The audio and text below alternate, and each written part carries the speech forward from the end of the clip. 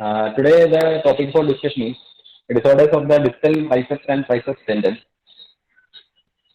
Uh, Basically, we will be going to the topic in the following heading. First, we will be having an introduction. Then we will be discussing the anatomy and biomechanics of biceps. Then we will be having a discussion on the anatomy and biomechanics of triceps. Then the disorders of distal biceps tendon and disorders of the distal triceps tendon will be discussed. Coming to the introduction. The rupture of the distal biceps and Morning. triceps is Morning, sir. Good morning, sir. Morning. Okay, carry on, please. As introduction, the rupture of the distal biceps and triceps tendons are relatively uncommon injuries. Typically, it will be occurring in the middle-aged male. However, surgical management is the preferred option for the majority of the patients. In this discussion, we shall be looking into the disorders of distal biceps tendon and distal triceps tendons and its various treatment options. First, we will be having a discussion on the biceps anatomy. As we already know, the biceps will be originating from having two heads. It will be having a long head and a short head. The long head will be originating from the superior glenoid tubercle and it will be emerging via the intertubercular sulcus. And the short head will be originating from the corpoid process, which is a part of the scapula. The insertion will be on the radial tuberosity and the deep fascia on the middle aspect of the forearm via the bicipital aponeurosis. The biceps has got many action. Supinator, it is mainly the supinator of the flexor elbow, and it will be having a flexor when elbow is extended, and it is having a function of flexion of the shoulder joint, and it is very weak. The biceps will be innervated by the musculocutaneous nerve, which is having a root value of C5, C6, and C7. This is the schematic diagram showing the origin insertion of biceps muscle. This is the cadaveric images of a biceps muscle. This is the diagram showing the insertion of the biceps muscle. In this discussion, we are mainly discussing about the distal end of the biceps. So, the insertion of the biceps is very important. The insertion of the biceps, that is a footprint of the insertion having 21 mm long and 77 mm wide, and there will be mean area of 108 millimeter square. In 20% of people, there is separate insertion to the long and short head. Variation in size of tendon and morphology can predispose to impingement against ulna, and hence degeneration and tear can occur. In full pronation, the space will be decreasing to 50%, and the tendon will be occupying 85% of the space. So there will be more chance for impingement at the time of pronation. The impingement can be more significant if there is an osteophyte, if there is an hypertrophy of the tendon, or if there is bicipital radial varositis. More the distal attachment of the short head suggests more important role as a flexor compared to the long head. The eccentric attachment of the tendon emphasizes the biceps primarily role as a forearm supinator. Then about laceratous fibrosis, it is also known as bicipital aponeurosis. It is arising from the biceps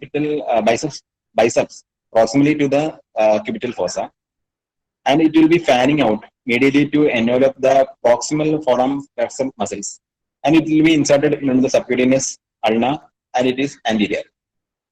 The bicipital aponeurosis is having two layers of function. First, it is having a covering function, that is, it will be covering the medial nerve and brachial artery, and it is having a function of dissipating the flexion force created by the biceps to the forearm. This is the diagram of bicipital aponeurosis. We can see that the bicipital aponeurosis is fanning out from the biceps tendon to the medial aspect of forearm. Then about bicipital radial bursa, it is a bursa which encircles the entire distal biceps tendon, and it is closely adherent to the ulnar aspect of the tendon. In the case of an elbow extension, it lies between the biceps tendon and brachialis muscle, and during pronation, it will be between the proximal radius and biceps tendon. And coming to the topic proper, before going to the distal biceps tendon and distal triceps anatomy, it is very important to have a look into the neurovascular anatomy of the elbow and cubital fossa. The lateral cutaneous nerve of the forearm is located adjacent to the cephalic vein, lateral to the bicep tendon, and superficial to the brachioradial muscle belly. In this diagram, A, it is depicted. We can see that the lateral cutaneous nerve of the forearm is lying close to the cephalic vein. And the radial nerve is located deep and further lateral to the cubital fossa. It is having an anatomy between the brachialis and brachioradius muscle. The radial nerve, which is dividing into its terminal sensory branches, that is the superficial radial nerve, which lies deep to the brachioradialis and its terminal motor branches. The posterior interosseous nerve, which divides and dives deep and between the two head of the supinator. In the second diagram B, we can see that. The distal biceps tendon's blood supply is also important. The blood supply of the distal biceps tendon is given by two arteries mainly. The proximal is given by the brachial artery direct branches, and the distal is given by the posterior interosseous recurrent artery. Because why this anatomy is important? In this diagram, we can see that a blood supply of the distal biceps tendon, and we can see that there is three zone divisions: zone 1, zone 1, 2, and zone 3. The zone 1 is proximal segment, zone 3 is distal segment, as I already told. And we can see in the diagram that the zone 2 is relatively avascular. So there will be more chance for degeneration changes in the zone 2 area of the blood supply of the tendon. There is a relative hypovascular zone on the site of the insertion, tendon insertion, which may increase its susceptibility to injury. The distal biceps tendon tears usually occur at the tendon insertion in an area of pre-existing degeneration. Coming to the topic of distal bicep tendon, basically we have the following pathologies. First is the complete rupture at the tendon bone interface. Second, we are having a partial thickness tear. Then third one is we are having a myotendinous junction tear. And lastly, we can have a degenerative conditions like bicipitoradial bursitis, biceps tendinopathy, etc. In this discussion, we will be stressing more on the complete tear distal bicep tendon. First, the topic is acute complete tears. The mechanism of injury is like there will be an eccentric loading of the biceps tendon and the elbow is forcibly extended during biceps active contraction. Typically, the patient will be presenting with audible pop at the time of the injury. When we are looking at the patient clinically, there will be echinosis in the anterior aspect of the distal arm or proximal forearm, and there will be loss of normal biceps contour with the bunging of the retracted muscle belly, and there will be puckering of the skin. It may not be present. Then there will be a sign known as reverse Popeye sign, and the hook thrust will also be positive. This is the diagram is showing the reverse Popeye sign. In the left arm of the patient, we can see that then there is a visible gap between the biceps belly and the cubital fossa. This is due to the rupture of the biceps tendon, so that the belly of the muscle is retracted proximally. Then, in order to assess the distal biceps tendon, there is a test known as hook test. This is performed with the elbow flexed to 90 degree and the forearm is fully supinated. This is the diagram. First, the patient is seated on a chair and the elbow is flexed to 90 degree and forearm is fully supinated. From the examiner will be palpating the tendon by hooking from lateral to medial. The examiner will be attempting to hook the biceps tendons by palpating the cubital fossa by supination is maintained. If the distal biceps tendon is intact, the examiner finger will be able to hook beneath the tendon and he will be able to pull it forward. That indicates that the tendon is intact. If the test is done correctly, he is having 100% sensitivity and 100% specificity. This is a diagram from Campbell showing the hook test. This is a real-time picture of doing a hook test. The fallacies of hook test is that if the hook test is not clear in the case of a partial or single head rupture, or when the biceps tendon is remain attached distally, the hook test can be falsely positive.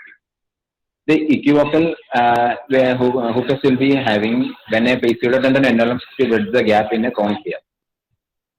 Then there is a test known as Reliance biceps fuse test. It is similar to that test that we have routinely run for Achilles tendon rupture. This is a diagnosis tool for the complete distal biceps rupture only. The test is done with the patient seated and the elbow is flexed to 60 to 80 degree. It will be minimizing tension on the brachialis and helps to isolate the biceps to forearm supination. The forearm is slightly pronated, and the biceps brachii is fused firmly with both hands. One hand will be putting over the distal myotendinous tension, and the other hand will be placed above the muscle belly. This is a diagram showing Erlang's fused thrust. In this diagram, we can see that the examiner is standing on the right side of the patient, and he is holding the hand such a way that the first hand is over the myotendinous tension, and second hand is over the muscle belly. And the attitude of the patient is like 60 to 80 degree of elbow flexion, and the examiner is trying to squeeze the muscle. If the patient has got an intact distal biceps tendon, the patient, the forearm will be having a supination movement. If there is a lack of forearm supination, that will be considered as a positive squeeze thrust. This indicates that there is a complete rupture of the biceps brachii tendon, or there will be a rupture of the muscle belly.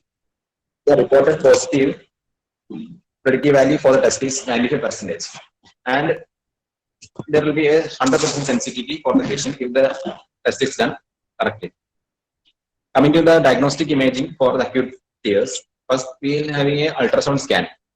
The ultrasound scan is tricky because if the patient is having a muscle tear, or the tendon tear, naturally there will be hematoma. So if you are doing an ultrasound scan, we can have a hematoma collection over the area of the tear. If the ultrasound scan is not done properly by experienced hand, can distinguish this. So we are going to the MRI scans. The MRI, the problem with the MRI is that it is costly, but it is having 100% sensitivity. The sensitivity for detecting partial tear is only 59%. And it cannot be distinguished whether the repair is required or not required. And in the MRI, there is a typical view known as the FATS view. That is the flexion of 90 degrees, and there is an abductor shoulder of 90 degrees and supination. This view is very important for the identification and quantification of the partial thickness tears. And the gold standard is the endoscopy, but it is not routinely done. The role of endoscopy is that it has got advantage of differentiating complete from partial tears, and the quality of the remaining tendon can also be assessed as we are visualizing the area. In chronic injury, the fibrous tissue and pseudotendon can be identified and debrided. This will be facilitating the retrieval of chronically retracted tendons.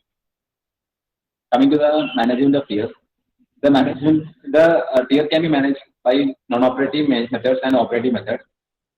The non-operative method includes a temporary sling can be put, and the patient will be given analgesic, and physiotherapy will be given at that. Coming to the operative management, there are many techniques for addressing the distal biceps tendon tear.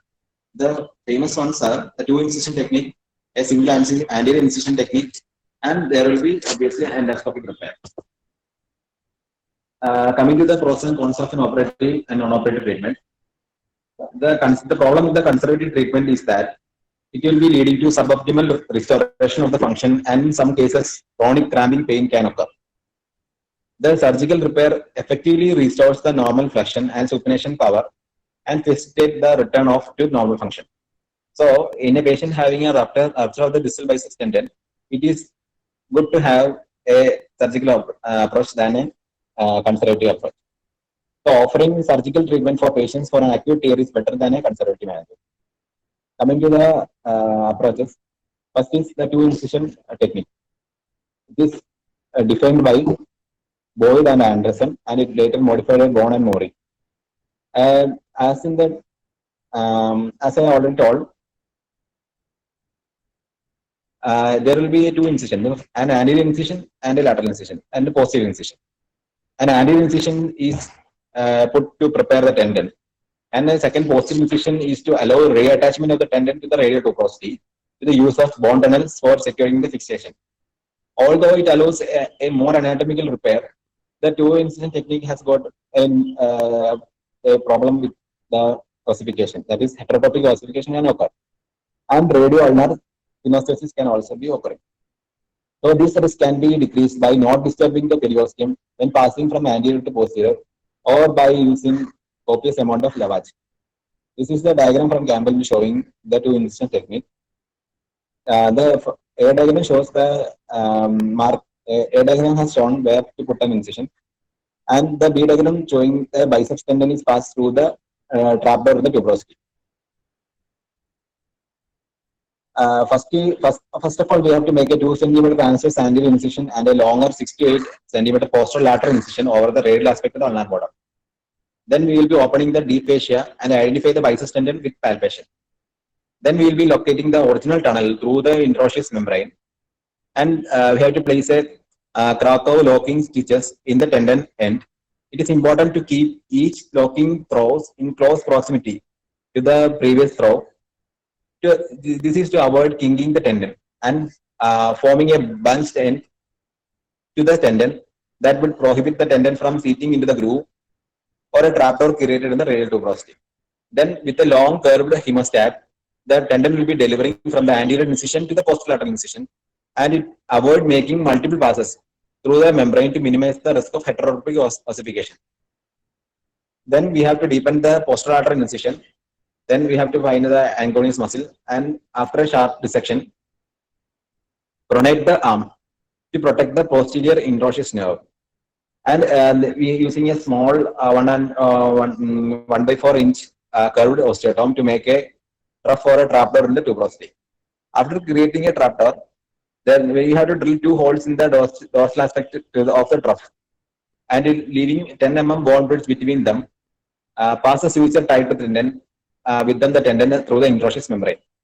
Use a suture passer to pass the first suture through the trough and out of the drill hole. Pass the second suture with the suture passer through the trough and out of the drill hole. Then pulling carefully on the suture in the tendon, guide into the trough into the bone. Then tie the sutures securely over the bone and cut off the end of the sutures.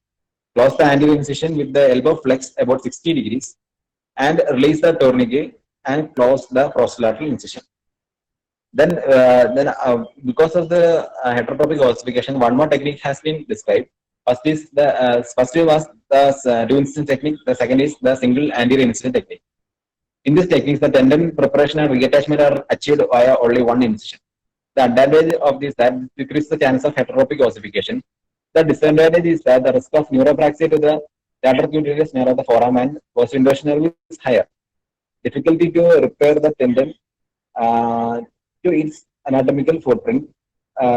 It will be very difficult to have an anatomical footprint repair for this patient. The risk of the nerve injury, as I already told, can be reduced by careful dissection, attention to the drill trajectory, and avoidance of levered or prolonged retraction on the lateral aspect of the radial tuberosity. The endoscopic technique includes, it is performed as endoscopic assisted procedure or all endoscopic procedure. Using this technique for both acute and chronic repair can be done, and both cortical button and suture anchor may be placed endoscopically. The single incision technique is like make a 3 to 4 cm anterior longitudinal incision. Superficial anterior cubital veins may require ligation. Identify and preserve the lateral antebrachial cutaneous nerve. Then we have to identify the proximal torn biceps tendon and place it in a moist sponge. Then ligate the radial recurrent vessels. After ligating the radial recurrent vessels, deep knee retractors are as used to allow excellent exposure to the radial tuberosity. Then debride the remnant of the tuberosity and free of remaining tendon and elevate the periosteum over the bone with a curette. Then we have to fix the tendon to the radial tuberosity with sutures through the bone tunnel, suture anchors, button, or tenodesis or interference screw. The tendon fixation technique will be described later. Once the tendon is approximated, move the forearm through a full range of pronation and supination to ensure that the tendon tracks smoothly. There is a controversy is existing between the anatomical and non-anatomical repair of the tendon. Surgical fixation primarily aims to restore the functional supination strength. The footprint of the distal biceps attachment is at the apex of the bicipital tuberosity. It is when it is viewed in the coronal plane. This anatomical relationship means that the contraction of the biceps muscles create a cam effect, cam effect that will be producing a supination of the radius. Therefore, if instead the biceps is attached anteriorly along the long axis of the radius, the biceps contraction only produces a supination movement when the forearm is in a pronated position. In contrast, an anatomical attachment site will remain offset from the long axis and provide supination movement through the arc of the rotation. This is a diagram showing the anterior repair and anatomic repair. That is the non-anatomic and anatomic repair. In the A diagram, we can see that the traditional endo button technique is used, and the measure the distance from the center of the tendon to the center of the radial tuberosity is measured. That is considered as T. When we are using a footprint repair, that is in the B diagram, the footprint technique in the fully supinated position, the footprint technique is creates a large amount of arm. That is the distance between the radial middle of the radial tuberosity to the middle of the biceps tendon is increased. So that it will be having a more amount of supination strength and endurance. Advantage of the footprint is like it will be having a greater supination strength as compared to a more anterior repair. But repairing the biceps to footprint is a hard surgery. So possibly with two incision technique approach is needed for footprint repair. But if you are considering a two incision approach, the risk of heterotropic ossification is higher. So most of the surgeons will be choosing a single incision technique, even though the surgery is hard. During biomechanical testing, it was demonstrated that the patient with a footprint repair regains superior flexion and a supinator power. But the functional outcome scores and return to work and sports were similar. It indicates that the biomechanical advantage is not received by the patients during this with the footprint repair. Then regarding the fixation technique, there is many techniques can be used to fix the tendon to the radial tuberosity. First is suture angle repair. It is not used actually. It is an online procedure. Second one is transosseous bone tunnel fixation. It is the most common technique that we are using. We will be having a docking the tendon into the tunnel. Then we can also use interference screw. Then the cortical button can also be used. This cortical button and transosseous bone tunnel can dock the tendon into a tunnel. This is the cortical button technique which is described by the Bain. In this diagram, we can see that a tunnel is created in the radial tuberosity and the tendon is approximated and fixed. The tunnel is made in such a way that the proximal end of the tunnel, that is the tunnel will be having a greater diameter, and distal end of the tunnel will be having a lesser diameter, so that the biceps tendon is fixed there.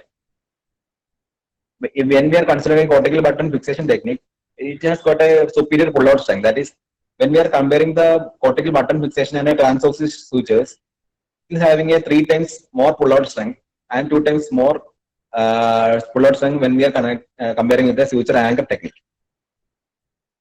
And it is having a superior load to failure characteristics. Variation of the endo button technique is to combine the cortical button with the interference screw. The advantage of this technique is that it will be maintaining the tendon on the ulnar aspect of the docking tunnel with the screw, and it will be reducing the strain over the fixation site. The disadvantage is that it will be there will be a development of osteolysis in the tuberosity, and there will be increasing the risk of proximal radius fracture. And obviously, we have to give rehabilitation for the patient after surgery. The tendon to bone healing usually takes about 12 weeks. So loading should be avoided during this period of time, and the chance for rupture following this repair is less than 2%. Now, coming to the outcome, if a patient is considered non-operatively, the patient may have a satisfactory patient outcome, but there will be 37% reduction in the supination strength, 47% reduction in the supination, and 21% flexion endurance.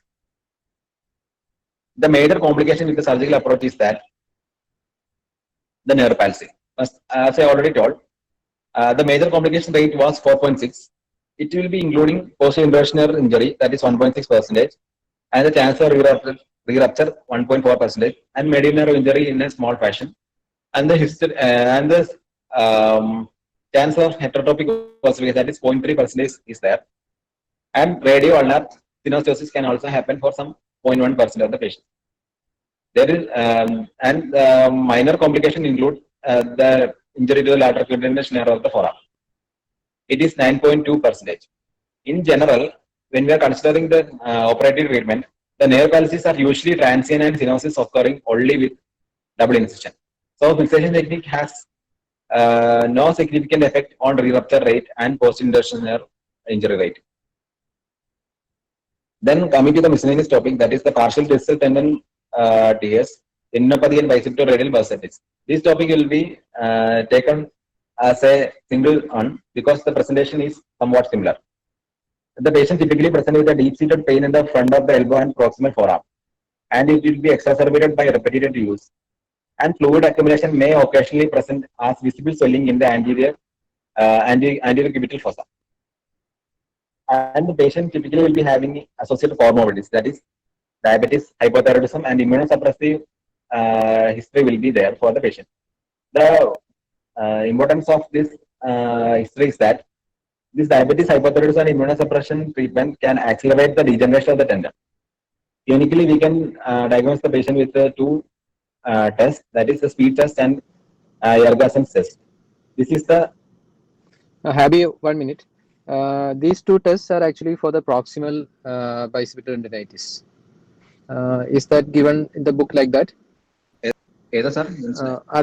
The speed test and the Yergason test are tests for the proximal biceps tendon inflammation, bicipital tendinitis. It is not for the distal biceps tendon inflammation. Which book it is given like this? ബുക്കല്ല sir. അപ്പം കഴിഞ്ഞ ഒരു നമുക്കൊരു ബൈസെപ്സിന്റെ examination വന്നപ്പോഴത്തേക്കും proximal ബൈസെപ്സിന്റെ ആ clinical testing എടുത്തതാണ്, ബുക്കിനകത്തുനല്ല. That is a problem. When you are presenting, you are given the resources. You should be getting the text from the resources. Otherwise, the wrong presentation can happen. The wrong message will be sent. The patient can be managed initially with a conservative treatment. That is, it is for reducing the inflammation and promoting the tendon healing. And patient can also be given corticosteroid injections, then platelet-rich plasma therapy and shockwave therapy and physiotherapy can be given. The surgical management for debilitating the symptoms can also be used. This surgical management includes debridement and repair in situ or releasing of the tendon, and debridement and reinsertion of the tendon. Coming to the chronic complete tears, typically the patient will be presenting with cramping pain, that is, and deformity and weakness, and sometimes symptoms from scarring of the lateral cutaneous nerve of the forearm. And the patient will be present to persisting pain and poor function after an initial trial of non-operative treatment or after a missed initial diagnosis. The natural space of or tunnel previously occupied by the biceps tendon becomes obliterated with fibrous tissues and may be difficult to recreate. So surgical management is for this patient is very challenging because the tendon is usually retracted and there will be scarring. The operative treatment can be given if there is marked disability or muscle cramping. The surgical approach is can be done in two ways. First is an extensile exposure of the exposure, or by using two anterior incision either side of the cubital fossa. The direct repair with the elbow in extreme flexion can provide a good outcome with a little loss of motion, even for retracted tear. The graft reconstruction to bridge the defect is done if there is much gapping. During a graft, we can have an allograft or an autograft. In this, the semitendinosus, Achilles tendon, fascial lata, and flexor carpi radialis tendon can be used. Some others preferred technique is to use an Achilles tendon allograft docked distally using a cortical button and woven proximally through the native muscle belly using a Pulveraft technique. Good result has been achieved using this technique with a low rate of complication. This is a summary of the distal biceps tendon pathologies. Then coming to the triceps muscle. First, we will be having a small discussion on the anatomy. Then we will be dealing the insertion in a more detailed way. The triceps tendon is having 3 heads, as the muscle names also already says. The first is having a long head, then medial head, and a lateral head. The long head is originating from the infraglial tubercle of the scapula, and the medial head is having origin from the posterior aspect of the humerus distal to the spiral groove. The lateral head is having a posterior lateral aspect of the humerus proximal to the spiral groove. The long head and lateral head is considered as superficial part, and the middle head is lying relatively deep. And the triceps tendon is attached to the olecranon process. And the triceps is having action it will be having action to extend the elbow joint. It is innervated by the radial nerve. Actually, the medial and lateral head is supplied at the spiral groove, and the long head is supplied at the axilla. Coming to the insertion of the triceps is actually divided into two. First is the central tendon, which is inserted into the olecranon process, and the lateral triceps expansion. The medial and the long head triceps form a confluence on the medial aspect of the central tendon, giving it a distinct, thicker, rolled edge medially. The footprint of the central tendon is dome shaped, which is having an area of 466 millimeter square, with a wide ranging from 1.9 to 4.2 centimeter. The lateral triceps expansion is thinner and is approximately 70% of the width of the central triceps tendon. It fans out over the anconis muscle and the extensor carpi ulnaris, till blending with the dorsal antebrachial fascia and eventually inserting in the dorsolateral ulna. The lateral triceps expansion serves as the important reinforcement of the central tendon in the presence of a central tendon rupture. The lateral expansions can maintain active elbow extension to the patient. This is the image showing the insertion of the triceps tendon. In the A diagram, we can see that the lateral triceps expansion is broad and thinner than the central tendon. In the B diagram, we can see that the lateral triceps expansion is continuous with the anconis muscle and lateral antebrachial fascia inserting distally into the dorsolateral ulna. And in the third diagram, we can see that the central tendon anatomy, that is, it is having a dome shape. This triceps tendon repair, triceps tendon rupture is so rare that it is having only 1% of all the tendon rupture, and average age of the time of injury is 46, and males will be affected more than female. The risk factors include steroid abuse and weightlifting athletes, then contact or collision sports athletes, and local steroid injection for triceps tendinitis or olecranon bursitis, hyperparathyroidism, renal disease, and neuromuscular conditions and diabetes. The most important risk factor for a triceps tendon rupture is steroid. And coming to the etiology and mechanism of injury, most commonly the triceps rupture occur at the insertion site onto the olecranon. Muscular tendinous junction or intramuscular TS is very, very rare. Mainly due to the acute traumatic events or a pathological chronic tendinitis in patients with accumulative loading, or as a result of surgical approach that violate the extensor mechanism, such as those for distal humerus fracture fixation and elbow arthroplasty. The patient will be presenting with an injury after falling onto the outstretched hand and lifting against resistance, or by sporting activity or a direct posterior force on the elbow. Less commonly, the patient can in lacerated wound can lead to direct transection of the tendon. The eccentric lengthening of the contraction of triceps tendon against the flexed elbow is the most likely biomechanical failure mode. On to the clinical evaluation, patient present with sudden tearing type of pain in the posterior aspect of the elbow with associated pop. On examination, there will be tenderness, swelling, and ecchymosis over the area, and palpable defect can be obtained in the tendon proximal to the olecranon.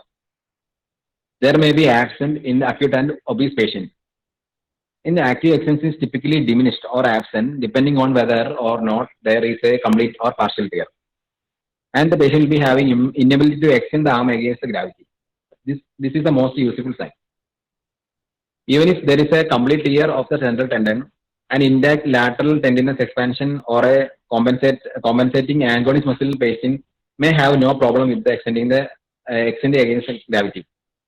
But in order to in order to not miss the diagnosis, we have to do one more technique over here. The triceps muscle belly is fused and lack of resulting elbow extension suggests a diagnosis of complete rupture. If lateral expansion is intact, fast negative result can happen. And approximately half of the acute triceps tendon ruptures are initially misdiagnosed due to this problem. Coming to the radiological investigation, first of all, you have to get a proper lateral view of the elbow, and we should be looking into the posterior aspect of the elbow. Typically, we have to have a flake sign will be positive. That is seen in 80% of the cases. That is it is a bony avulsion of the olecranon process. We can be this is in this diagram it is clearly seen arrowed. The arrowed point indicates the flake sign. That is the olecranon bone fragment is seen on the posterior aspect of the elbow as a separate one. This is due to the avulsion of the olecranon process bone fragment. Then we have to consider whether the patient is having a severity. If there is a partial or a complete rupture, then the location of the tear, then the extension strength, the patient's expectation and their medical comorbidities should be considered before starting the treatment. Distal triceps tendon tears occurring within the muscle or a musculotendinous junction are thought to have good healing process potential. So conservative management can be given to such type of patients. The conservative management should be given or maybe tried with low functional demand or there in the partial tear with the insignificant loss of extension. Complete rupture, if not treated, results in significant functional impairment. So for a complete rupture patient, surgical technique is the choice. Coming to the conservative management, initially we have to spring the elbow so that the elbow will be in a 30-degree flexion and it is continued for 4 weeks. Following immobilization, gradual progression of elbow motion is allowed and it will be tolerated. With the aim to achieve the full range of motion within 12 weeks. The final stage is to introduce exercises to increase the extension strength. The full extension strength can be achieved within 6 to 9 months. And then there is no studies available to fully appreciate the outcome of this management. So coming to the operative management, the operative management is indicated for complete tears, substantial partial tears that is involving the greater than 50% of the tendon, and partial tears in patients with a high functional demands and significant loss of extension, and partial tears in patients who have failed non-operative management. And the surgery should be performed within 3 weeks of injury.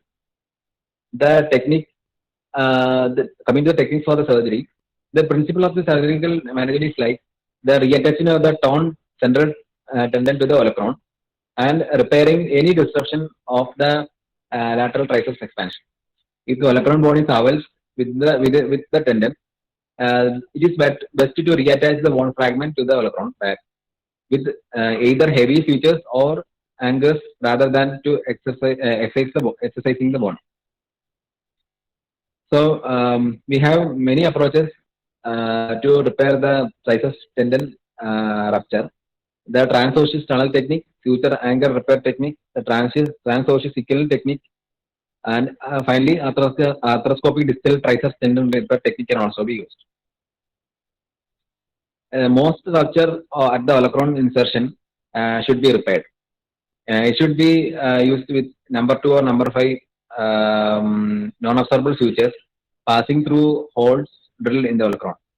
This is the diagram from Campbell showing this technique. In the diagram A, a muslin strip is passed through the hole in the olecranon. And the diagram B, we can see that the strip is threaded through the large needle and a loop is made through the tendon. And needle is then passed transversely through the tendon and another loop is fashioned. Coming to the anatomical repair, that is the footprint repair of the triceps tendon. The two anchors will be placed at the proximal end of the footprint which is approximately 12 mm distal to the tip of the olecranon to avoid joint penetration. Then the sutures from the angles are then passed through the tendon, creating a horizontal mattress. These sutures, along with the pre-prepared Krakow type sutures, which stitch through the central tendon and then separate to further two angles placed more distally on the dorsal aspect of the olecranon. This configuration compresses the distal tendon footprint against the bone, and it will be creating a large area of bony contact, and there will be better recreation of the triceps footprint. In addition to more accurate recreation of the native anatomical footprint, this technique has a significantly greater repair strength under cyclical loading than suture angles or a traditional bone tunnel technique. This is the diagram showing the uh, procedure that I have already mentioned. And the second diagram is from Campbell, is showing the anatomical triceps tendon footprint repair. Then tendon reconstruction may be needed for some patient. The indication is like if the patient is having chronic rupture with significant tendon retraction and adhesion, poor tissue quality which is not amenable to direct repair, or in the case of a revision cases. In these cases, we have to do a tendon reconstruction as well. The tendon reconstruction, we can use Angonis rotation flap, Achilles tendon allograft, and plantaris or hamstring augmentation technique. The tendon augmentation can be used to either reinforce the repair or to gain tendon length in cases of significant tendon retraction. In case of severe muscle retraction and wide tendon tissue deficiency, Achilles allograft reconstruction is preferred. Coming to the post-operative rehabilitation and outcomes, we have to rest the elbow flexion, then gradually increase over the first 6 weeks, followed by a progression to active motion can be applied, and patient can be returned to sports and other works to by around 3 to 6 months. Complication for surgical is like there will be elbow flexion contracture, then there will be poor wound healing, ulnar nerve neuropraxia, olecranon bursitis, localized soft tissue irritation from sutures, and elbow extension weakness can happen. The chance for re-rupture is reported. To be 5.9%. Coming to the summary of the discussion, we have already had. This is actually a challenging scenario to treat. Most commonly, result from traumatic or forceful eccentric loading on a contracting muscle. The rupture of the distal biceps tendon results in weakness in flexion and more noticeably supination. And the other way, the triceps tendon rupture usually result in profound weakness or inability to actively extend the elbow. In both the cases, early diagnosis and prompt intervention is essential for a successful outcome for both the patients. The rupture of the distal biceps and triceps tendons are relatively uncommon injuries. The typical occurring middle-aged males as a result of eccentric loading of the affected tendon. Non-operative treatment may be appropriate for patients with low functional demands or partial injuries, but the surgical management is preferred option for the majority of the patients. Sorry, want to add something? Happy, what is the function of the long head of biceps? Is there any specific function for the long head of biceps? Where is it originating from? Sir, supraglenoid tubercle of the supraglenoid tubercle. Of the scapula. So can you imagine what should be the function of long head of biceps? Flexion of the elbow. Actually, the function is not yet fully understood, but people believe that main function of the long head of biceps is stabilizing the shoulder in abduction and internal rotation.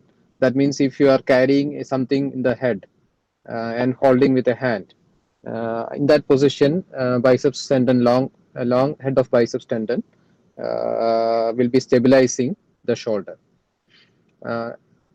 Popoi. Do you know what is Popoi sign? Yes, sir. Popoi sign is positive for long head rupture. Popoi sign will be positive for proximal rupture and also for distal rupture. Can you differentiate between these two by the positioning of the Popoi? Sir, in the in the case of a distal biceps tendon rupture, the muscle belly will be having accumulation more distally. Muscle belly will be retracting proximally or distally. Proximally, the belly will be going, So where and will be the positioning of the pupoi? the pupil will be more proximal when distal Proximal. biceps tendon is cut. Suppose, so in case of proximal biceps tendon rupture, what will be the positioning of the pupoi? The pupil will be more distally, so Okay. that the distal biceps tendon will be pulling. So have you heard of hook sign? Yes, sir. What is hook sign? Hook sign is that um, uh, hook sign is a sign which is used to assess the integrity of the distal biceps tendon. How will you do that? The patient will be positioned in slightly, the elbow will be positioned in a slight pronation, and from the lateral to medial aspect, the examiner will be hooking the fingers so that to assess the distal biceps tendon. Okay, the last sentence is important because it should be from lateral to medial. If you try Medial. from medial to lateral, you cannot hook. So you should be trying to insinuate your finger from lateral to medial. So you will be able to hook the tendon. Okay. What is the arrangement of the structures in the cubital fossa, starting from the biceps tendon attachment going medially? Going medially, we have first from medial to lateral, MDGR, medial nerve, Medialmost biceps structure nerve, is medialmost structure is medial nerve. okay. So it is from lateral to medial, lateral to medial. It is tendon, artery, vein, and nerve. TAN, Nerve. TAN, tendon, artery, and nerve.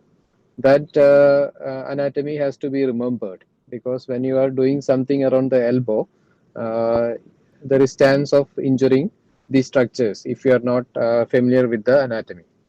So this is usually asked as a short note. We have to remember the lateral cutaneous nerve of the forearm and the pin palsy. Anything around the elbow, you have to remember pin, posterior interosseous nerve. And if you are doing something through a small incision, a major procedure is done between two long bones, there is more chance of heterotrophic ossification. So if you are doing a single incision procedure in the forearm, you have to warn the patient about this, and you have to take adequate precautions. What precaution you will be taking to prevent or reduce the chance of heterotrophic ossification? Any drug can be given. Abhilash or Tony? Sir, indomethacin. You can, so indomethacin can be given. Can you give radiation? No, sir. No. You have to read about that. Okay, sir. Low dose radiation is also a treatment for preventing heterotrophic ossification or myositis ossificans. I wish to add a couple of things. Number one, proximal part of the tendon rupture is relatively less dramatic because the patient usually comes a little late, probably feeling something wrong with the shoulder, and you may find a small ecchymotic patch sometimes, but the muscle has become solid. We have come across many cases of undetected proximal rupture tendons of the biceps. Many of the patients are asymptomatic. If you tell them about the treatment, he may or he may not. I think Kishore yourself have shown me a couple of cases where we have just left them alone. Yes, sir. Yeah. 3 or 4 patients. Right. Whereas distal rupture is a very dramatic picture because it happens suddenly following a severe exertion, and the elbow is grossly swollen and ecchymotic. I have come across a case while working in Alappuzha, because Alappuzha is known for hosting the national lifting championship regularly. Powerlifting is a sport which is actually usually held in Alapi and the state, not only state, national, actually Indian, all India level. So now we have come across a case actually where the chap came with a huge swollen elbow and then gross ecchymotic testing. I was assistant to Dr. K.C. Jacob. Then at that time we didn't do anything. We put him in a plaster, some ice packs, etc. And we thought of exploring it a couple of weeks later. We found that the whole tendon is actually contracted. I mean, in the sense the tendon ruptures and it actually retracts so badly towards the proximal side. You can't bring it down very easily. It is easy to say in the textbook that you do this. Of course, in those days, this ultrasound and other examination findings were not, I mean, the facilities were not there. We just sutured it to the distal soft tissues just beyond the elbow. But over a period of time, he started developing myositis. I don't know about long-term follow-up, but all I can say is it's a highly dramatic picture because the patient usually will give us some sort of a strenuous activity. This powerlifting is, of course, naturally a very highly demanding sport, and that causes a severe, significant swelling, ecchymosis, and edematous elbow. Whereas proximal ruptures are less dramatic. You may come across many patients who are probably having a little bit of a swelling like the poor Popeye. In fact, the original history of the Popeye, the muscle was not that bit swollen. Then he introduced this spinach. Actually, Popeye takes the spinach to become stronger, just to encourage small children to take vegetables. That's how the history goes on. And then he started developing a better muscle. I don't know. This may be true, this may not be true, but children refuse to eat spinach. It's a horrible vegetable. I don't like it. But maybe the mothers used to find it very easy to encourage children to take vegetables because you will be like a strong like a Popeye. Anyway, that's how this muscle became prominent and that sign became important to the clinical aspect. Repairing surgically is really a feat because ultimately you may probably end up in myositis and also posterior androsis nerve palsy. But probably the future is, I think, I don't know. I think you may be this development of the endo button technique, etc. Probably you may be able to introduce a suture line through the posterior aspect, dorsal aspect of the radius, bring it ventrally, and then probably tie it with a pulvar tactic to the proximal stump. Probably that is an answer for a relatively younger fellow rather than making a trap door in the radius. Because I am a little concerned about doing a trap door in the proximal radius, because that may end up in weakening that part of the bone and probably you may end up with a fracture. Left untreated, probably it will not cause any trouble, but with a fracture of that part of the radius, it's very difficult to treat.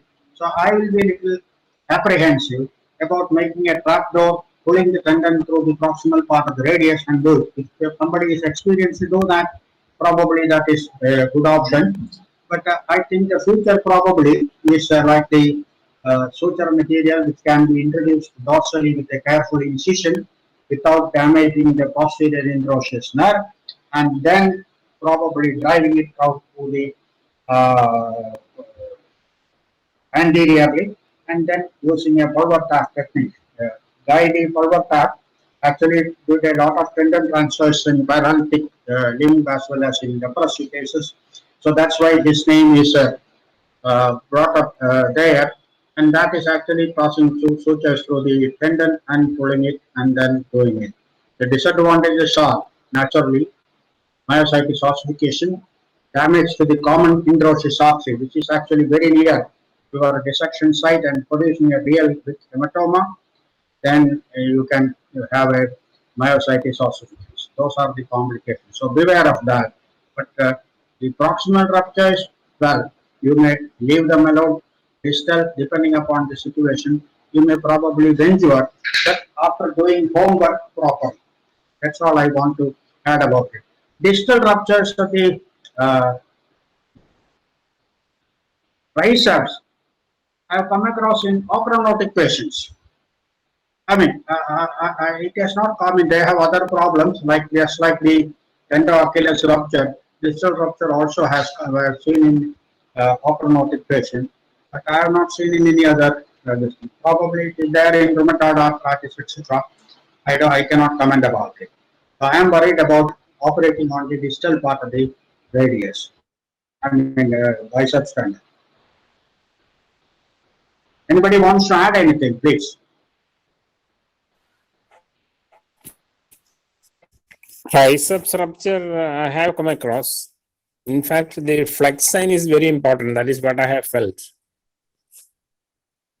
The bony spicule may look very small in the X-ray. It can be seen only on the lateral view, not on the AP view. And then it gives a lot of functional disability because that is the main insertion of the triceps. That is why it has come out. And there was a medical student in Alleppey in whom I treated it conservatively, but there was no recovery of function. It has to be fixed with a reasonably good result. Afterwards, whenever I see this and there is functional disability, I intend to surgically fix it.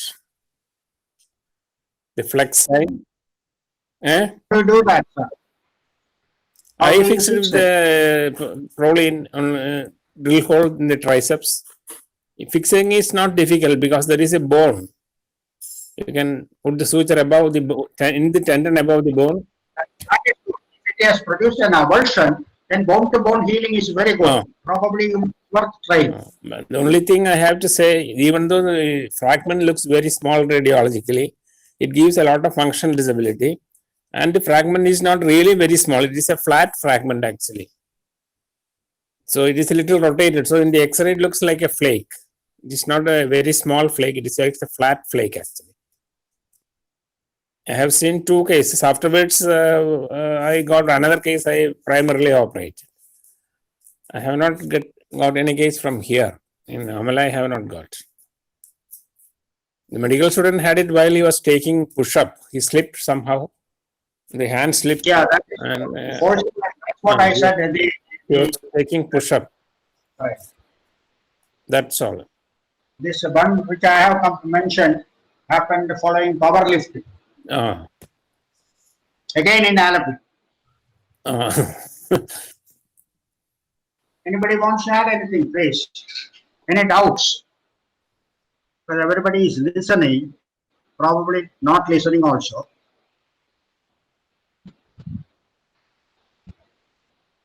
The most important thing is to make a proper diagnosis, suspect it. And today we have MRI and ultrasound. Ultrasound is cheaper naturally, so you must make everything. Listen to the patient, get a proper history. Proximal ruptures, well, I don't know whether to try. I will probably treat it conservatively. Distal, depending upon the necessity, you can. But acute ruptures are best treated by rust, elevation, analgesics, and ice packs. And then only probably you need to interfere in about 7 to 10 days because the elbow appears to be hugely solid. I'm worried about any exploration at that point of time. In the picture I have shown in the for the Lecerter's fibrosis is purely diagrammatic. Actually, it is a very thin, flat band. It was shown as a very dense, thick band. The picture should have been better. He could have taken from Netter the elbow anterior view for Lecerter's fibrosis.